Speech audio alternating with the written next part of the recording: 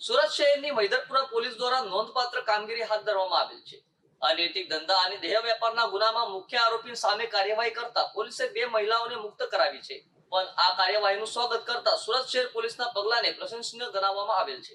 Maidarpura police સ્ટેશનની ટીમે ગુપ્ત માહિતીના આધારે દેહ વેપારના ધંધા સામે છાપો મારી કાર્યવાહી હાથ ધરી હતી। આ દરમિયાન પોલીસે 2 મહિલાઓને રેસ્ક્યુ કરી અને દેહ વેપાર ચલાવતા મુખ્ય આરોપી વિરુદ્ધ ગુનો નોંધ્યો છે। આરોપી વિરુદ્ધ પોલીસ દ્વારા વિવિધ કલમ હેઠળ કાર્યવાહી હાથ ધરવામાં આવી છે। પોલીસે આપેલી માહિતી અનુસાર આરોપી વિરુદ્ધ ગુનો ક્રમાંક 371 3 370 3 371 2 અને 114 મુજબ કાર્યવાહી કરવામાં આવી છે।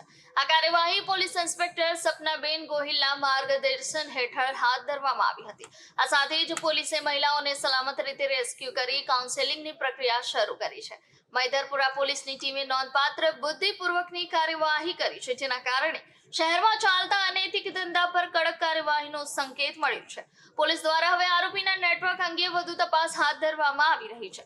મૈદરપુરા પોલીસની ટીમે નોંધપાત્ર બુદ્ધિપૂર્વકની કાર્યવાહી કરી, જેના કારણે શહેરમાં ચાલતા અનૈતિક ધંધા પર કડક કાર્યવાહીનો સંકેત મળ્યો છે।